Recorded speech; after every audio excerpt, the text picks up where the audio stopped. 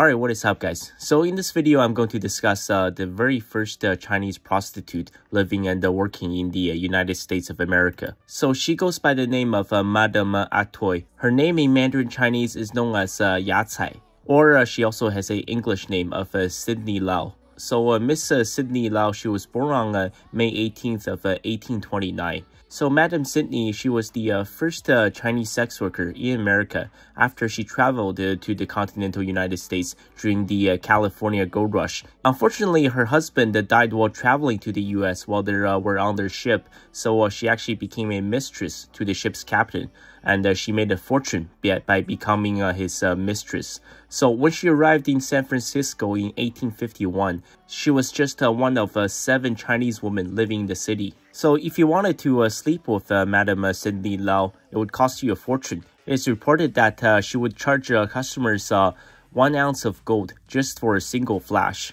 And also during this time period, there were virtually no Asian women in the West. So many Western males showed a massive interest in her, and her beauty made her a fortune. Her affair with the inspector in the city of San Francisco's brothels, his name is James Clark. This allowed her brothels to function without ever shutting down, and the Asian woman fetish in San Francisco expanded rapidly. Madame Sidney Lau, she would go on to open up multiple brothels in the city of San Francisco in the years of 1852 to 1853. And she would bring over hundreds of Chinese girls from mainland China. Some of the Chinese women working as prostitutes in the city during this time period, they were as young as 11 years old. Then came the Chinese Exclusion Act, and things get quite complicated from here. I will expand on the Chinese Exclusion Act in future videos.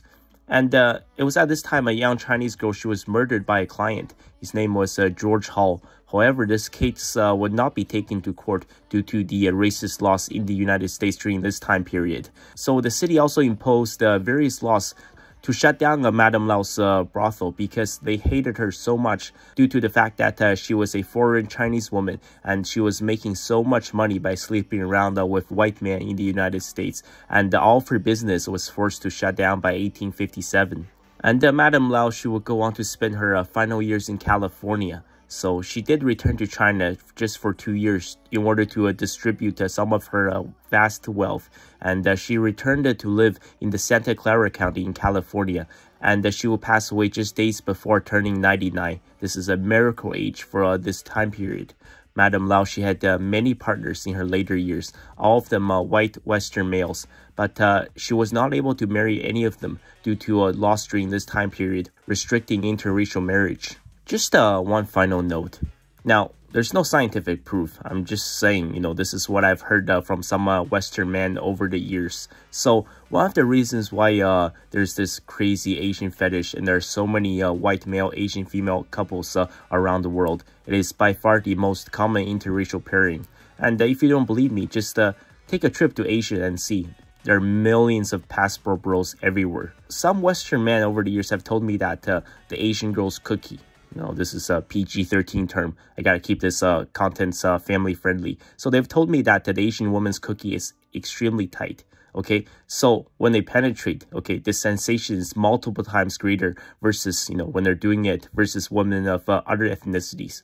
Now, I'm just telling you, this is what I've been told many times. And also, I've been told that the Asian woman's nipples, they're extremely perky.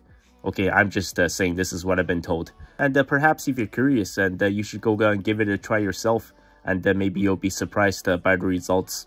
Thank you guys for staying till the end. See you guys in the next video.